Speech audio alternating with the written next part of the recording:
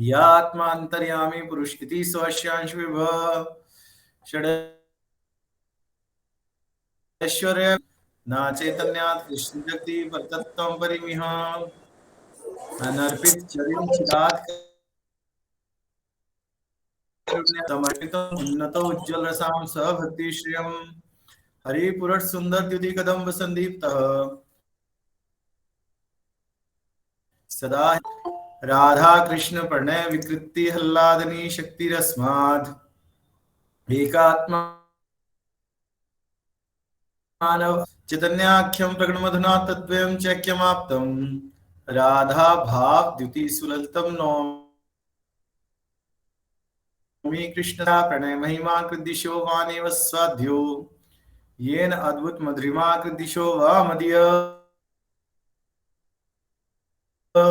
दिशं वेदिलोभात् तद्भावड्य समजनी शचिर गर्भ सिंधु हरिंदो संयोदशाई शेषच्च यस्यांस कला स नित्यानंदाख्य रामाशरणमस्तु ईश्वरे श्री चतुर्युग मध्ये रूपम यस्योद्भाति संकर्षणाख्यं तं नित्यानंद रामं प्रपद्ये संघाष्यांगशेते साक्षात् कारणबोधि मध्ये यस्य कांश श्री पुमान आदि देवस्तम श्री नित्यानंद राम अंश श्रील गर्भोदशाई यन्नाभजाम लोक संघात नालम लोक सृष्टु सुतिका धाम धातु यस्यांशांशा अंश परात्मा अखिलानां पुष्टा विष्णुर्भाति दुग्धवदशाई खौणी नित्यानंद रामं प्रपद्ये महाविष्णु जगत्कर्ता मायाया सृजत तस्यावताचार्येश्वरः अद्वैतं हिरण्यादेताचार्यं भक्ति संशनात् भक्ता अवतारमीश पंचतत्वात्मकं कृष्णं भक्तरूप स्वरूपकं भक्तावतारं भक्ताख्यां नमामि भक्तृतो भंगुर्मम मंदमतिर्गति मत्सर्वसंपदां मुजो राधा मदन मोहनो नागार सिंहासनस्थो श्री श्री राधा श्री गोविंद देवो पृष्ठलिपि सेव्यमानो सम्रामी वंशी वर्तस्थित कर्षण वेणु स्नैर गोपी गोपीनाश्रयस्तु न मंगलाचरण का श्रवण किया। अभी हम अपनी क्लास को आगे बढ़ाते हुए हम लोग मन शिक्षा के थे 5 नंबर श्लोक था। असत चेष्टा कष्टशाल भी प्रकामम कामादि प्रकटपथ पाथि व्यतिकरे गले बद्धा ने अहम उत्तम फत्कारणपति स यथा तम मनिता। तो इस श्लोक में रघुनाथ दास गोस्वामी अपने मन जीवन पथ में काम क्रोध लोभ मद 6 शत्रु जो हैं ये अपनी कुचेष्टा रूपी कष्टप्रद भयंकर रस्सियों द्वारा मनमना मुझे जान से मार रहे हैं। ऐसा कहकर रोते रोते बड़े कातर स्वर से बकास भक्ति मार्ग के रक्षक महाबली एवं दयालु भक्तों को पुकारो, वे हमारी रक्षा करेंगे। तो इसका हमने प्रथम लाइन कहा कि काम आदि प्रकट पथ लोभ जो 6 शत्रु हैं, काम क्रोध लोभ मोह मद और मत्सर, ये जो 6 शत्रु हैं ये लुटेरे जो होते हैं उनको दस्यु बोलते हैं। और दस्युओं के समूह को, लुटेरों को समूह को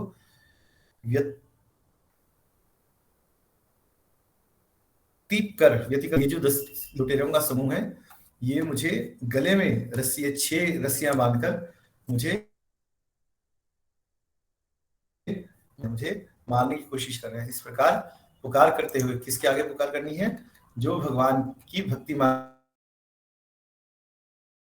के रक्षक हैं, श्री जी गोपाल भट्ट दास रघुनाथ। तो ये जो 6 गोसाई हैं, ये भगवान की भक्ति मार्ग के रक्षक हैं।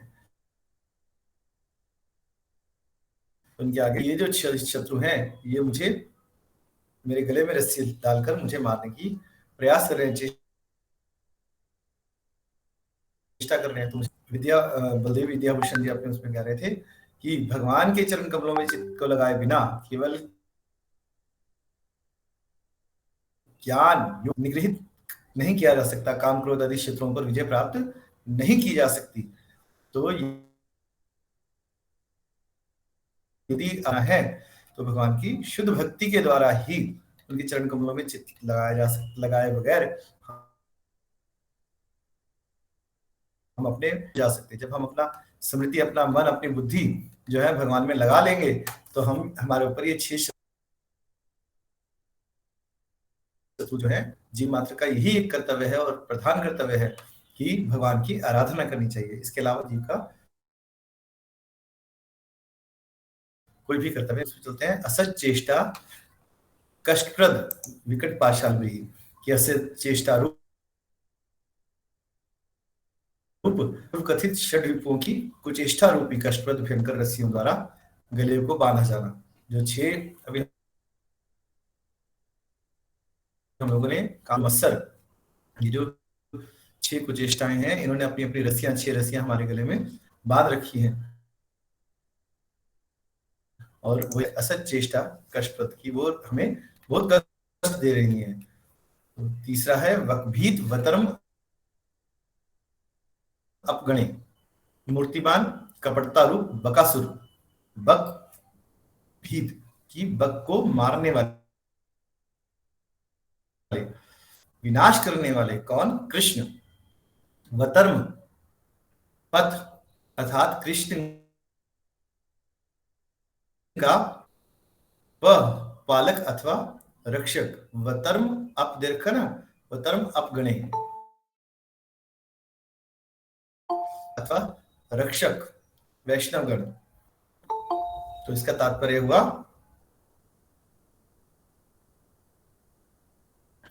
कपट बकासुर का विनाश करने वाले श्री कृष्ण के प्रेमानुशीलन रूप पथ के रक्षक एवं कर कातर स्वर से पुकारो। वे महाबलवान एवं परम करुणामय वैष्णव जन तुम्हारी करुण पुकार सुनकर, तो यहाँ पर जो है श्री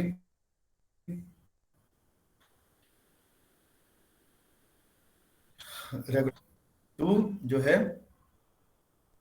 इन, यदि तेरे को 6 शत्रुओं से बचना है, इन 6 लुटेरों से बचना है,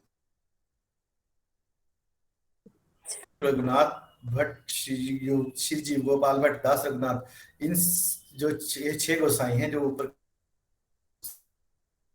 नदी गोसाई, तो भगवान श्री कृष्ण की भक्ति पथ के रक्षक हैं। उनके आगे रो रो कर करुण पुकार कर कि मेरे को इन 6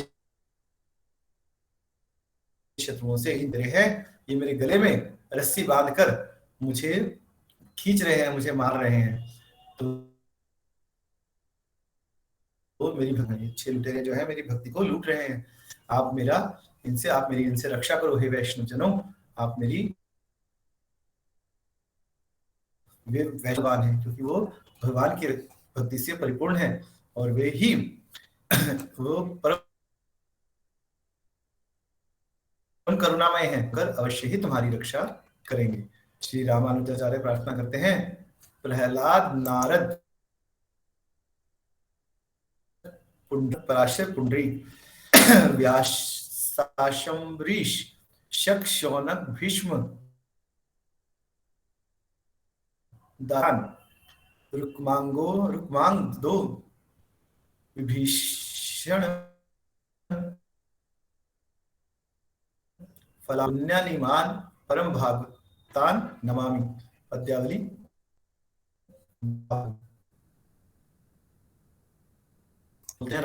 मैं प्रहलाद पराशर पुंडरी व्यास अम्बरीश शौनक भीष्म, उद्धव, विभीषण और अर्जुन पुरोहित, पुण्यात्मा, परम भागवतों को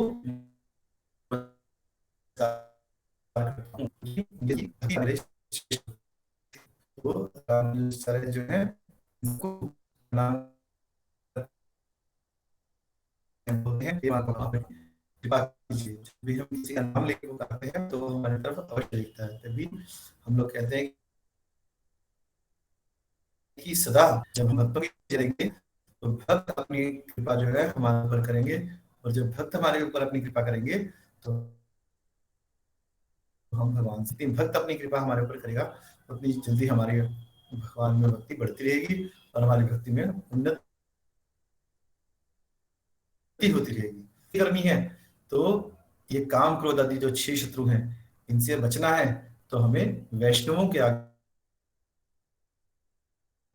कातर 6 शत्रुओं से रक्षा करो, वरना ये 6 शत्रु मेरी भक्ति को नष्ट कर देंगे। आप भी समर्थवान है, जा सकते हैं। तो आगे, भक्त निष्ठ श्री सर्वज्ञ नामक भक्त कवि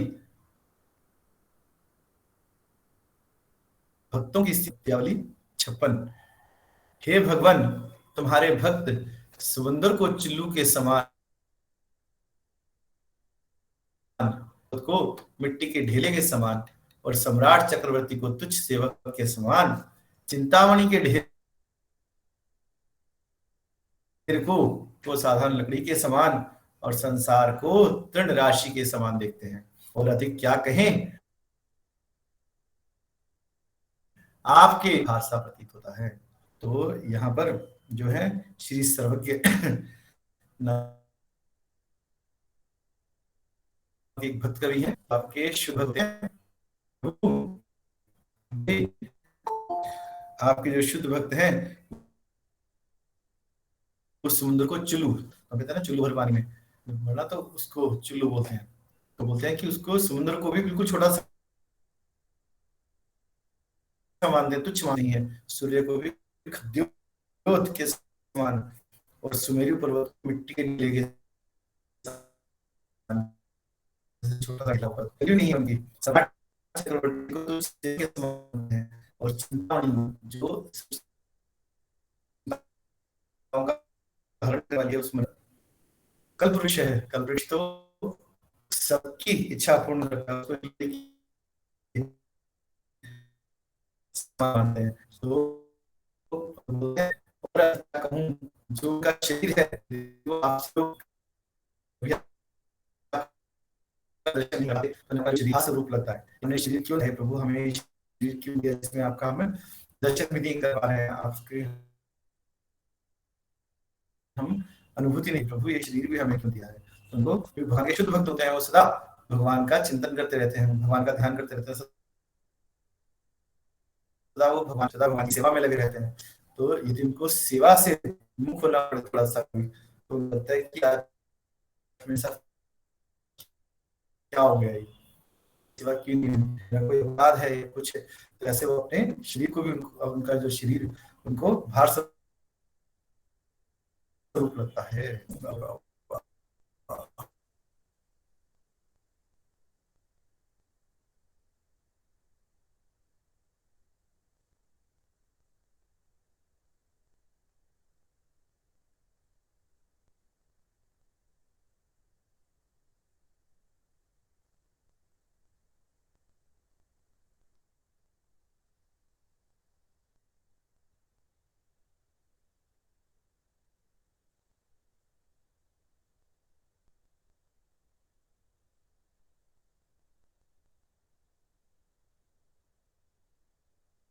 तो उनको जो अपना ये शरीर है होता है।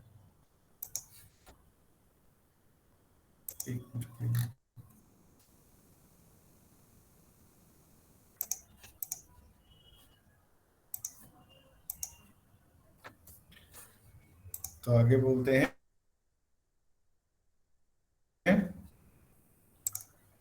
श्री माधव सरस्वती जी और भी स्पष्ट करते हुए कहते हैं, इम सदृशाम त्वान धीरीश्वरे गर्वोद कर्क शदियां, इसको छोड़ते हैं। वो बोलते हैं आगे, केवल कर्म कांड प्रतिपादक मीमांसा दर्शन रूप धूलि से जलिन हो गया है, उनकी बुद्धि भगवान में नहीं लग सकती। गर्व ही अंतिम फल है। जिनका जिनकी ऐसी कुतर्कों से जिनकी बुद्धि कर्कश हो गई है, श्री हरि की कथा तो उनसे सुहाती ही नहीं। वेदज्ञ पंडित जन भी श्री कृष्ण में आसक्ति ना हो में से तत्व को इस प्रकार नहीं जान पाते, जैसा बड़ा बड़ी भारी दरवी रस को परोसती हुई भी उस मधुर रस के स्वाद से वंचित रहती है। तो वो ही उलझे रहते हैं, जो सारा दिन यज्ञ करना, ऐसे मतलब भगवान को ऐसे करना है, भगवान को ऐसे करना, मतलब वो यज्ञ तक आज इस भगवान के पास जा रहे हैं, आज इस भगवान की ये पूजा कर रहे हैं, आज कोई रुद्राभिषेक कोई और अभिषेक कर रहे हैं, ऐसे ऐसे कर्मकांड में ही उलझे रहते हैं। कर्मकांड से क्या होता है, हमारे अंदर अभिमान आ जाता है कि मैंने देखो कितने यज्ञ किए, मैं तो इतना बड़े बड़े वो भंडारे किए मैंने। जो उसमें उलझे रहते हैं कर्मकांडों में, तो उनके अंदर गर्व आ जाता है, और उनका अंतिम फल ये कहते हैं गर्व ही होता है। बुद्धि जो है बिल्कुल खत्म हो जाती है, और उनकी बुद्धि भगवान की कथा उनको बिल्कुल भी नहीं सुहाती। तो कहते हैं पोथी पर पढ़ जग मुआ पंडित भया न कोई, ढाई आखर प्रेम के पढ़े सो पंडित होए। तो जब तक हमारे अंदर भगवान के प्रति प्रेम नहीं होगी, तो हम जितने मर्जी कर्म कांड कर लें, हम लोग जो है भगवान को प्राप्त नहीं कर सकते। और जो कर्मकांडी लोग चर्चा, भगवान की हरि कर चर्चा उनको बिल्कुल भी नहीं सुहाती, क्योंकि वो अपने कर्म कांड में इससे ही खुश रहते हैं कि हाँ मैंने ये कर्म करते हैं तो उसका फल हमें मिलता ही मिलता है। तो उनके पुण्यों के हिसाब से उनको कुछ ना कुछ फल मिल जाता है, उनको कुछ अच्छा फल मिल जाता है, तो वो सोचते हैं कि कर्म कांड ही सब, तो वो सदा माया में ही उलझे रहते हैं। और गर्व अहंकार जो है वो भगवान की भक्ति को नष्ट करने वाला है, नहीं होती है तो उसको माया में उलझा देते हैं। बोलते तो माया में उलझाना मेरे पास आने की जरूरत नहीं है। भगवान जब परीक्षा लेते हैं भक्त की, तो उसको इतना धन संपत्ति दे देंगे या कुछ ऐसे जो उसकी मनचाही चीज उसको दे देंगे, ताकि वो उसी में उलझा रहे और उस भगवान के पास पहुंचना। परीक्षा की घड़ी होती है हमारी, यदि हम उसको पार कर गए तो हम भगवान को प्राप्त कर लेंगे। तो हमें सदा अपने आपको तुलसीदास भी कहते हैं रामचरितमानस में कि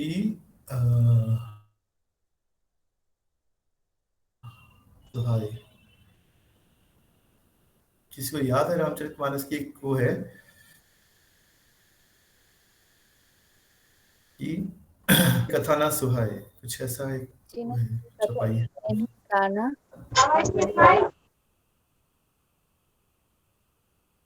अपना जैसे ज्वर के बेग से भूख भस्म हो जाए, है ना।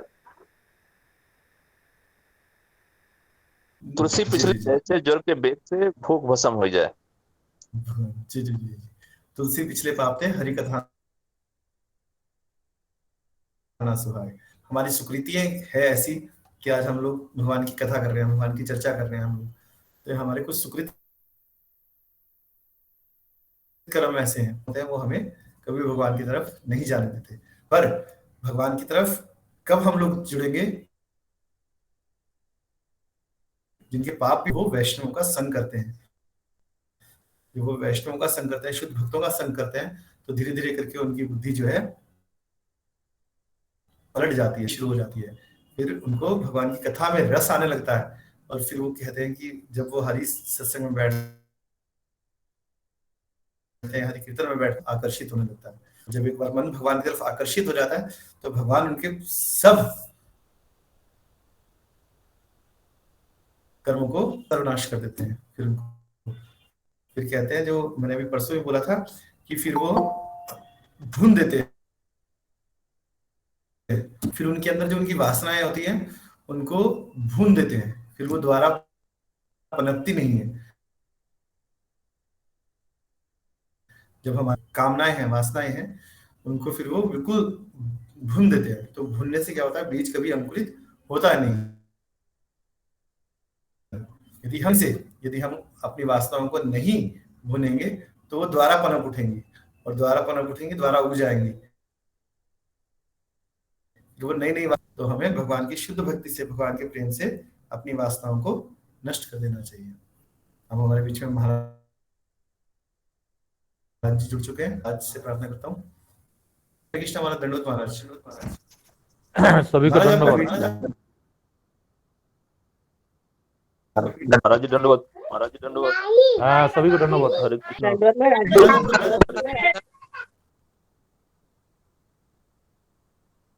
अच्छा, सब प्रश्न किए हैं बहुत सारा। हरिशरण तो महाराज जी मैंने किया था। महाराज जी उसी को देना पहले किया और कुछ क्लास करेंगे। लिखे थे आपने, देखिएगा व्हाट्सएप में हरिशरण बाबू। मैं कॉपी में लिखा गृहमेधी गृही नहीं, नहीं कुछ था हरिशरण बाबू। देखिए साजुज्जो ने क्या था, गृह मेधी है। ये तो अपना उन्होंने वो लिखा था ना महाराज, प्रश्न नहीं थे। प्रश्न तो नीचे वाला था, एक आखिरी। ऊपर तो आपने वहां पर बोला था ना कि साहित्य जयंती के बारे में बोला था, प्रथम लीला आदि, उसमें गृहस्थ आश्रम के बारे में लीला का बोला है, के बारे में उन्होंने नोट किया था। जो प्रश्न था वो ये है कि गृह मेधी द्विज और वैष्णव, सात जो है इन तथ्यों पर प्रकाश डालना। एक एक करके साजुज्जो नहीं, गृहस्थ पहले गृहस्थ नहीं, पहले साजुज्जो के बारे में। साजुज वो तो उसका तो लिख लिया था महाराज जी, वो तो साजुज्जो का क्या है, क्या लिखे? कि स्वरूप के साथ उपासक की एकता प्राप्त कर लेना है। साजुज्य मुक्त एकत्व प्राप्ति या एक होना। साजुज्य दो तरह का होता है, एक दो तरह, और एक ब्रह्म साजुज्य। ब्रह्म साजुज्य, ईश्वर साजुज्य योग के द्वारा भगवान विश्व रूप का ध्यान करते हैं, विराट रूप का, तो वे योगी लोग और ज्ञानी लोग, ब्रह्म ज्ञानी, सर्वखलित ब्रह्म। तो इस जो ज्ञानी जन गुण निर्विशेष निरंजन ब्रह्म की उपासना करते हैं, उस ज्ञानियों को ब्रह्म हो गया। और उसके बाद क्या था, साजुज्य के बाद क्या क्या लिखे हैं आपने? गृहस्थ लीला, महाप्रभु की गृहस्थ लीला क्या? हाँ, महाप्रभु जी गृहस्थ लीला करके गृह मेधी में क्या होता है, गृह क्या होता है। अच्छा, एक एक सुनिए। हाँ जी। महाप्रभु पृथ्वी पर 48 साल तक थे। साल में 24 वर्ष गृहस्थ लीला, और संन्यास संन्यास लीला भी उनका भी वो जो महाप्रभु का गृहस्थ लीला संन्यास लीला, और इसी को चैतन्य चरितमृत में आदि लीला, मध्य आदि लीला अर्थात महाप्रभु का गृहस्थ लीला, महाप्रभु का गृहस्थ लीला 24 वर्ष सन्यासी, उसमें से मध्य लीला क्या है, तीर्थ भ्रमण करने के बाद जो भक्तों के साथ कृष्ण नाम संकीर्तन, भक्त विनोदन, कृष्ण तीर्थ भ्रमण महाप्रभु जो 6 वर्ष तक किए थे,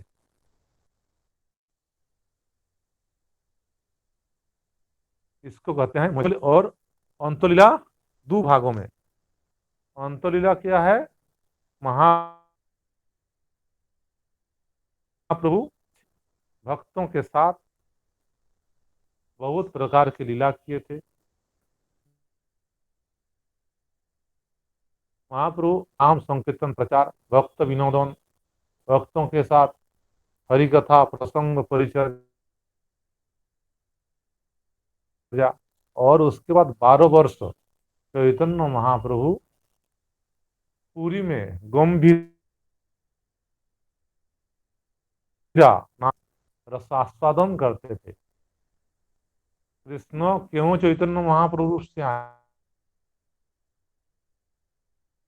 इसे थे मेरा अद्भुत रूप माधुर्य कैसा है, जो राधा रानी सेवा करके इस जातीय सुख का अनुभव करती है, और राधा रानी की प्रेम की महिमा कैसा है, जो सेवा करके मैं जितना प्रसन्न आनंद रहता हूँ, उससे हजारों कोटि गुना आनंद राधा रानी होती है। गृहस्थ महाप्रभु का जो लीला है, महाप्रभु का गृहस्थ लीला। जी महाराज समझिए, ये हमारा थोड़ा इससे अलग था कि जनरल हम गृहस्थ की क्या आचरण होना चाहिए। अच्छा, वो बता रहे हैं। हाँ, वो तो महाप्रभु के गृहस्थ लीला के बारे में बताए थे। एक ये थे हयग्रीव अवतार के बारे में बोलते हैं। हाँ हाँ, लिखे हैं जो, हाँ हाँ, भगवान हय अर्थात घोड़ा, घोड़ा रूप धारण करके 2 दैत्यों को वध किया था, और वेद पाताल लोक ब्रह्मा के मुखों से छीन लिया था, और पाताल लोक में ब्रह्मा का है, वेद जो अलौकिक है, वेद आत्मा पर व्याख्या है, वेद एकमात्र इसको छोड़ करके पाताल लोक में है, ये मधु कैटभ में मधु कैटभ दैत्य रहते, इसलिए भगवान ने क्या किया, हयग्रीव रूप अर्थात घोड़ा रूप धारण करके मधु कैटभ को वध किया, और वेद को उद्धार किया। उद्धार करने के बाद पुनः वेद सार है, आत्म तत्व आत्मधर्म के बारे में बताया था। ये हयग्रीव अवतार का मूल। और बता रहे थे गृहस्थ, गृहस्थ के बारे में आप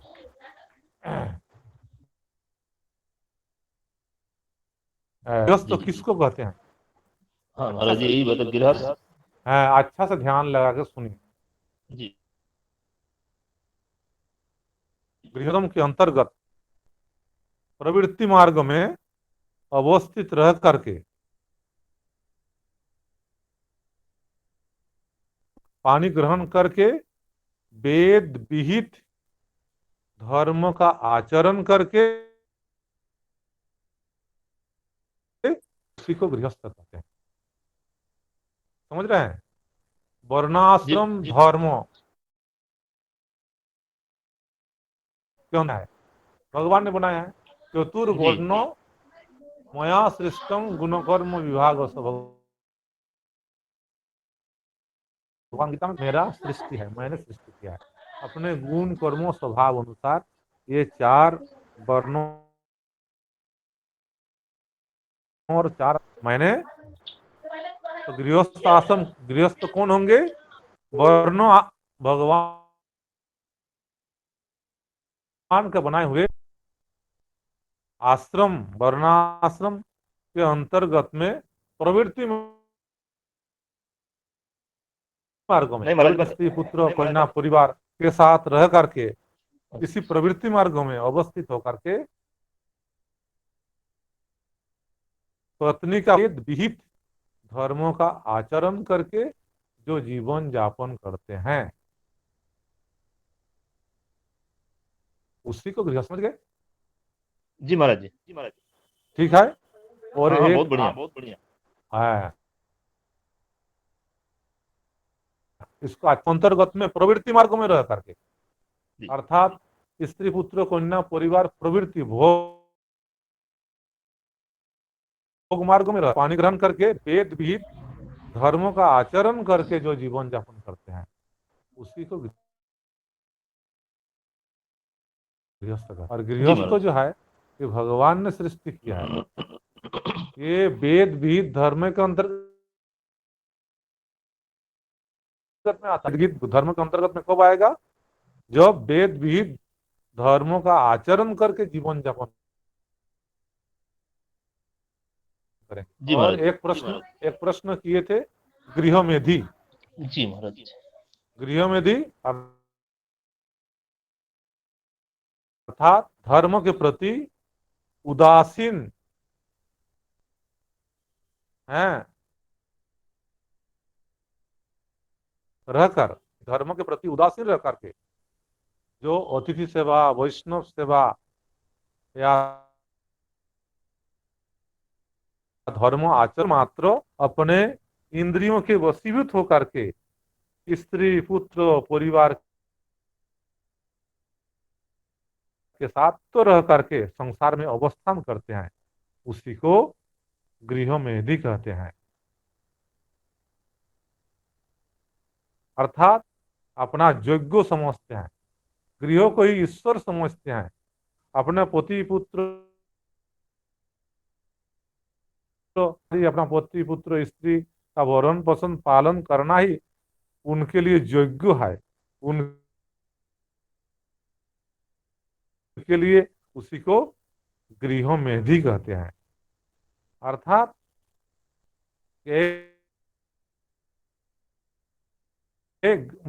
एकमात्र भोग का केवल उसी में आसक्त रह करके हैं, भगवान के बताए हुए वेद विहित कर्म नहीं करते हैं। वेद विहित धर्म, उसके घर में न अतिथि सेवा होता है, न वैष्णव सेवा होता है, न भगवान का नाम कीर्तन भजन पूजन। इंद्रियों के वशीभूत होकर के केवल स्त्री पुत्र परिवार के साथ आसक्ति युक्तों में अवस्था में दिया है। उन लोगों के लिए गृह को ही सब कुछ मानते हैं, गृह को ही योग्य मानते हैं, वही गृह में दिया है। इसलिए गृह में भी होना नरक स्वरूप है। असुर लोग,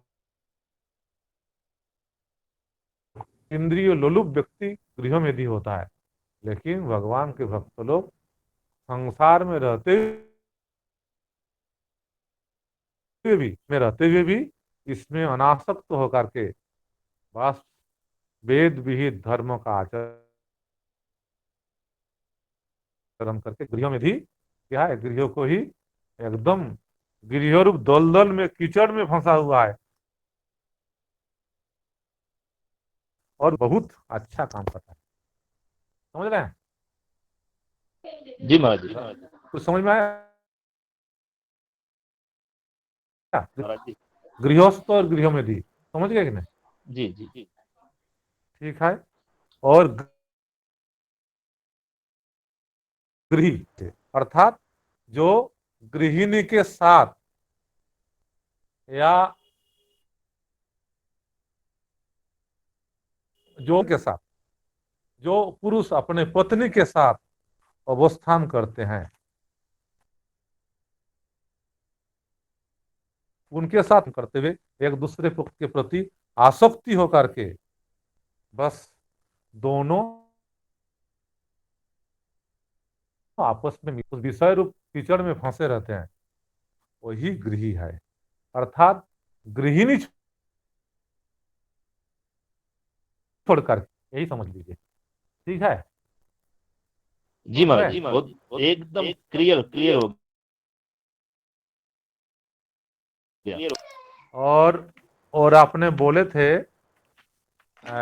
और था लगता है हाँ, संत और साधु है, संत संत है, संत संत अर्थात जो सद्वस्तु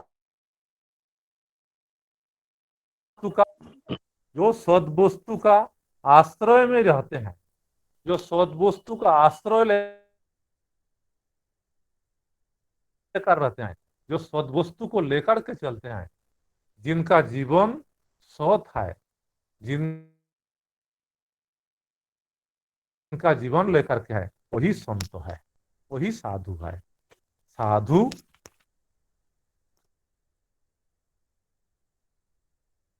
अब चाहे गृहस्थ में रहें, गृहस्थ आश्रम में रहें, चाहे ब्रह्मचारी आश्रम में रहें, ऐसा लेकर के रहते हैं, वही संत है। क्लियर हो गया? एकदम महाराज, एकदम से क्लियर हो गया। गृहस्थ में भी रह सकता है, ब्रह्मचारी में भी रह सकता है, संन्यास में भी रह सकता है, अर्थात जो करते हैं रहते हैं, वही संत है, वही साधु है। और साधु गृहस्थ भी हो सकता है, अर्थात वो जिस किसी वर्णों में, यहाँ सब की हनुमान जी हैं, पशुकुल में हनुमान, दैत्य कुल में स्वयं प्रहलाद महाराज जी थे, तो क्या हुए प्रहलाद जी क्या दैत्य थे? ना साधु थे, साधु संत, साधु कैटेगरी में भी आ गए, वे संत थे। इसलिए साधु के आश्रय में अवस्थान करते हैं, वही संत है। समझ गए? क्लियर हो गया? जी सन्यासी जी, सन्यासी अर्थात जो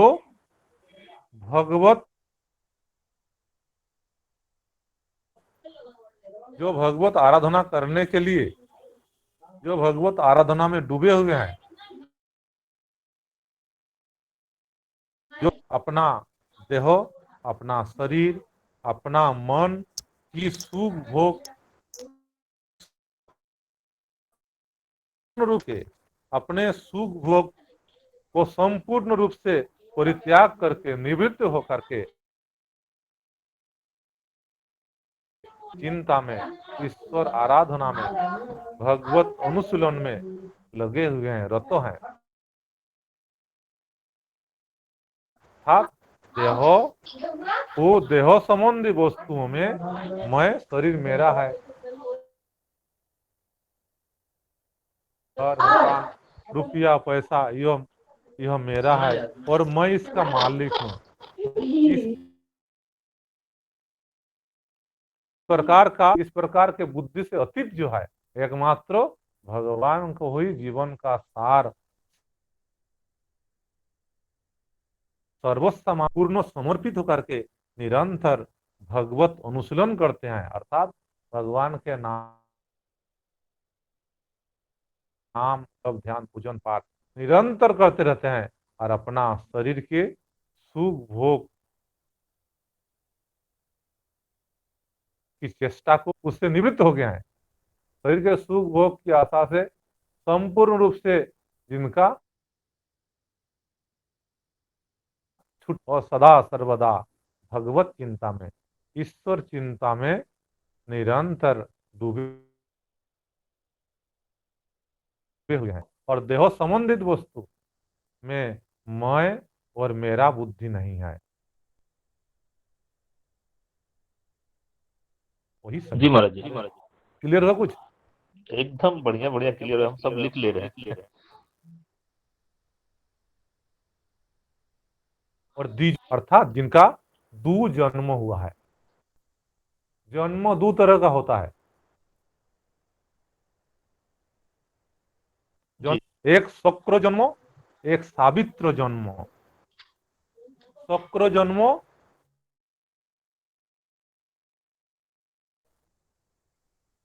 माता पिता का औरस और मातृगर्भ से जो हमारा शरीर को शुक्र जन्म अर्थात शुक्र जन्म माता पिता से प्राप्त हुआ है। शुक्र और एक हुआ द्विजो अर्थात सावित्र जन्म। सावित्र जन्म क्या है? सावित्र जन्म अर्थात वैदिक मंत्रों के द्वारा जो कार में संस्कृत होकर के संस्कृत होता है, उपनयन जी महाराज संस्कार। गुरुजी ने दीक्षा दिया, उपनयन संस्कार कराया और नाम कुमार नहीं आए, अब राधा कृष्ण दास आए, आज से जी कृष्ण दास आए। ये क्या हुआ? सावित्र जन्म। आपको संस्कृत किया, संस्कार में संस्कृत करके आपको सावित्र जन्म दिया। उपनयन जन्म देने वाले का नाम है गुरुदेव अर्थात उपनयन अर्थात श्री गुरुदेव। गुरुदेव के द्वारा द्विजत्व प्राप्त होता है, द्विजत्व प्राप्त होता है, ब्राह्मणत्व प्राप्त होता है। हो गया? जी जी जी, एकदम क्लियर हो गया।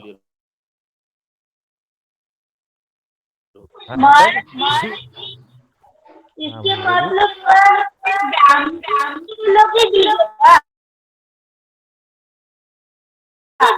नहीं पड़ रहा है। वो जब तक लीड नहीं लगाएंगे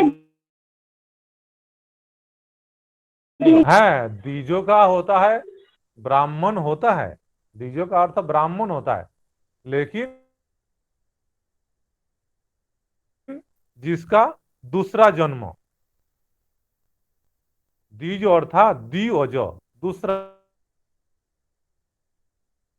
जन्म। जन्म कब होता है? ब्राह्मण पहले एक शुक्र जन्म ब्राह्मण हुआ और जब उसका उपनयन होता है,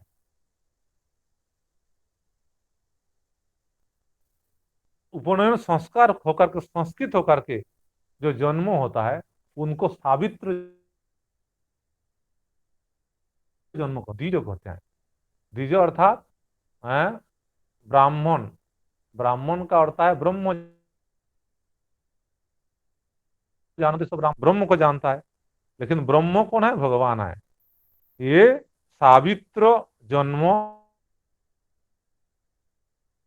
अर्थात विधान के बाद जब वे नित्य निरंतर उस उपनयन संस्कृत में संस्कृत का ब्रह्मत्व लाभ होता है, अर्थात तो भी तभी सावित्र जन्म होता है। समझ गए? द्विजों का अर्थ वैदिक मंत्र के द्वारा संस्कृत उपनयन प्राप्त ब्राह्मण, जिनको कहते हैं। के बाद और क्या था? और था वैष्णव महाराज। अच्छा, किसको कहते हैं? जैसे शैव जो शिव के अनुगामी, शिव का भक्त, जो शिव को जो ब्रह्म को जानता है, ब्रह्म को जानने वाले को ब्राह्मण कहते हैं। इसी तरह से एवं विष्णु को जनाने वाला, स्वयं विष्णु को जानते हैं और जिनके द्वारा विष्णु को जाना जाता है, वही विष्णु को जानने वाले एवं दूसरे को भी विष्णु तत्व को, वही वैष्णव है।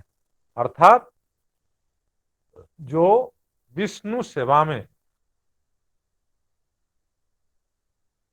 जो समस्त क्रियाकलाप विष्णु में, भगवान में, जिनका संसार के कोनो कामिनी प्रतिष्ठा, संसार के लाभ, पूजा मेरा बुद्धि स्पर्श भी नहीं कर सकता, जो एकमात्र विष्णु परम तत्व को जानता है, दूसरे लोगों को भी जनाता है, बोलते हैं, दूसरे लोगों को भी बताते हैं, वही वैष्णव भगवान की सेवा में सर्वदा निरंतर लगा हुआ है। भगवान विष्णु के चरण में समर्पित कर दिया है अपना देहो, मन, बुद्धि, आत्मा है, सब कुछ भगवान के चरणों में समर्पित किया हुआ है, विष्णु के चरण में। ही वैष्णव प्रतिष्ठा, लाभ, पूजा, जगत की धन संपत्ति, ऐश्वर्य, भोग विलास आसक्त नहीं है, एकमात्र विष्णु में ही जिनका पूर्ण आसक्ति है, जीवन का सार है, और विष्णु ही जिनका परम देवता है, और जो विष्णु के और केवल मात्र विष्णु कीर्तन करते हैं, भगवान का नाम जप करते हैं, स्मरण करते हैं, भी भगवान विष्णु के बारे में बोलते हैं। शाब्दे परे च निस्नातो,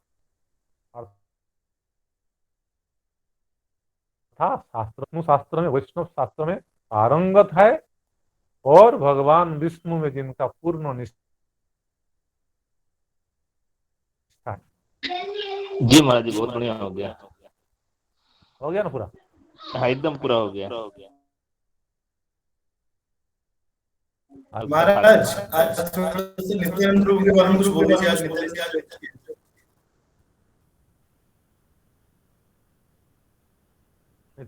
आप बोले नहीं, आप कुछ बोलिए, आपके मुख सुनेंगे।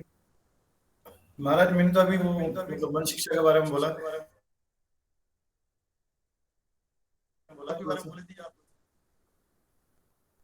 नित्यानंद प्रभु के बारे में, नित्यानंद तो बहुत बड़ी टॉपिक है, थोड़ा सा कुछ संक्षेप में बोल दीजिए। ये बहुत बड़ा टॉपिक है। हम लोग जनरल हैं, हम लोग के अनुसार बताइए, क्योंकि हम लोग तो तत्व तो बहुत बड़ी दूर है, हम लोग जनरल बताइए। देखिए नित्यानंद एक तत्व है, जैसे भगवान एक परम तत्व है, जो स्वयं कृष्ण के द्वितीय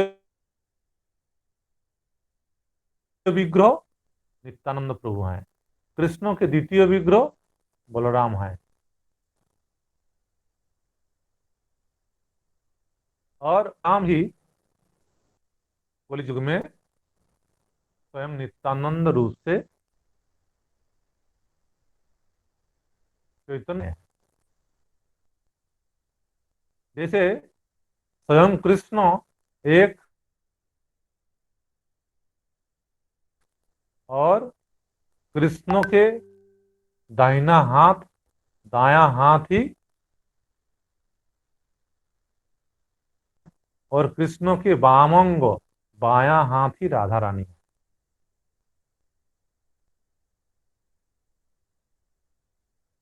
विग्रह अर्थात कृष्ण की संधिनी द्वारा भगवान अपना धाम, अपना सेवक, अपना लीला, उसको संधिनी वृत्ति कहते हैं। और संधिनी वृत्ति का स्वरूप ही स्वयं। जिस तरह से भगवान कृष्ण जब इस प्रपंच में,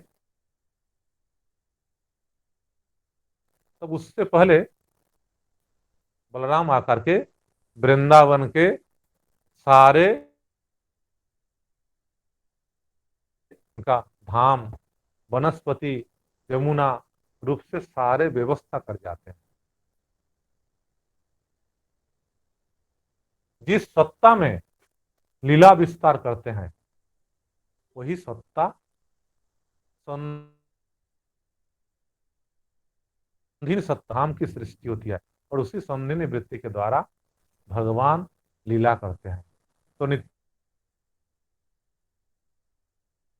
प्रभु कृष्ण के सेवक विग्रह है।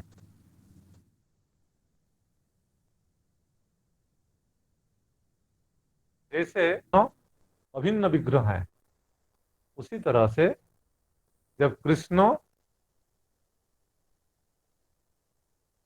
प्रकट करते हैं तो कृष्ण के वामांग से राधा रानी प्रकट होती है और आनंद राधा रानी आह्लादित शक्ति है, उनके द्वारा कृष्ण आह्लादित होते हैं। अर्थात माधु उसी तरह से कृष्ण का ही अभिन्न विग्रह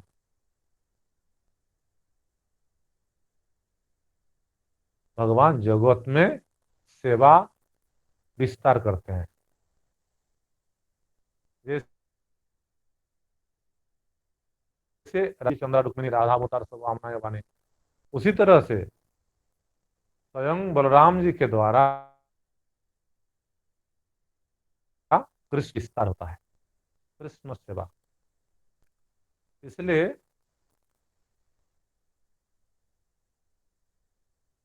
बलराम जी को या सेवक भगवान कहते हैं। सेव्य भगवान कृष्ण और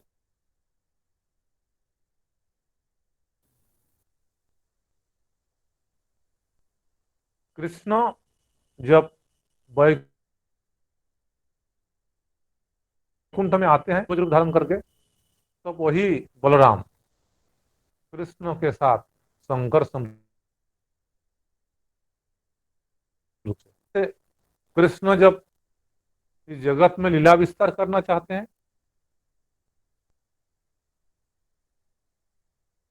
तो वही कृष्ण के सखा रूप से रामचंद्र अवतार में स्वयं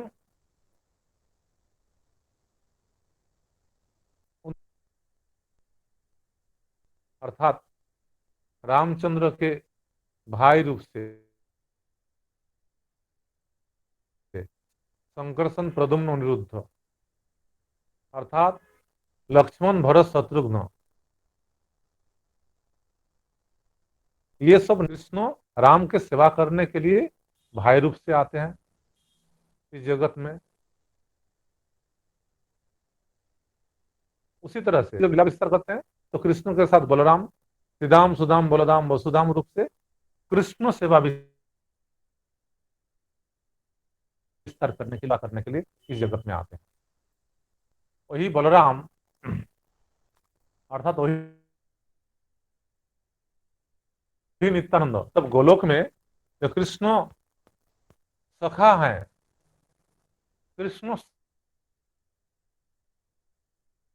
सेवक है, स्वयं बलराम का ही रूप है, नित्यानंद का ही रूप है। इसी तरह से जगत में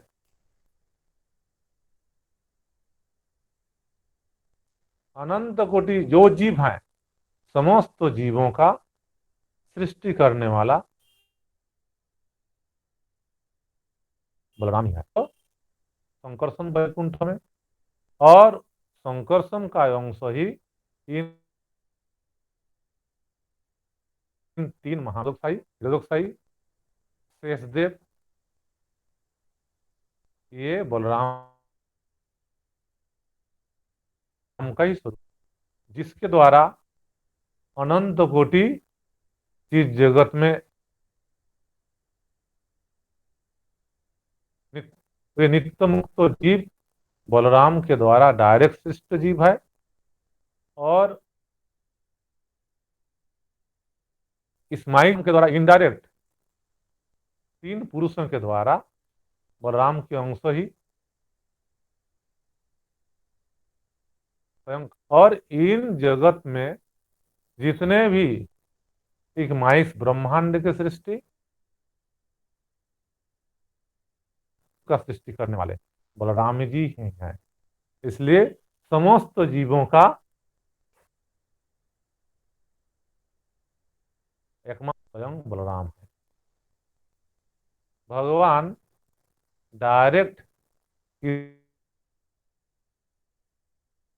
किसी जीव बलराम के द्वारा ही जीवों की सृष्टि होती है, और बलदेव तत्व एक तो सेवक विग्रह है, इसी तत्व के माध्यम से ही भगवान का सेवा प्राप्त हो। इसलिए इस जगत में कृष्ण सेवक संग्रह का इंडायरेक्ट रूप से बलराम जी का ही है। जैसे मायाबद्ध जीव भगवान के चिन्मय धर्म सेवक की जरूरत पड़ती है, तब स्वयं बलराम ही गुरु रूप से आकर के इस कृष्ण कथा प्रकाश करके कृष्ण कथा बोल करके मायाबद्ध जीवों को कृष्ण कीर्तन में आकर्षित सेवा में उनको नियुक्त करते हैं, और कृष्ण भजन करते करते जब काम अर्थात वही गुरुदेव उनको इस संसार से मुक्त करके कृष्ण सेवा तत्व जो है इस जगत में गुरु तत्व ही बलदेव तत्व है, अर्थात नित्यानंद तत्व है। आनंद तत्व के द्वारा ही गुरु तत्व के द्वारा ही बलदेव तत्व के द्वारा ही ईश्वर प्राप्त मिलता है। इसलिए नरोत्तम दास ठाकुर ने कीर्तन किया है, निताईर करुणा होवे ब्रजे राधा कृष्ण पावे धरो निताई चरण दुखाने। आप लोग सुने होंगे। नित्यानंद प्रभु की करुणा के बिना, नित्यानंद अर्थात गुरुदेव की कृपा बिना, गुरु चरणाश्रय के बिना क्या संसार मुक्त नहीं हो सकता। तो इसीलिए नित्यानंद तत्व है, इस तत्व के द्वारा भगवान प्रसन्न होते हैं, जिस तत्व के माध्यम से मायाबद्ध जीव माइक संसार से चिन्मय कृष्ण प्रेम प्राप्त कर सकता है। इसलिए नित्यानंद तत्व तो नित्यानंद तत्व के आश्रय ग्रहण करना ही मायाबद्ध जीवों के लिए श्रेष्ठ है। इस नित्यानंद तत्व का आश्रय करना पड़ेगा, उसका शरणागत होना पड़ेगा।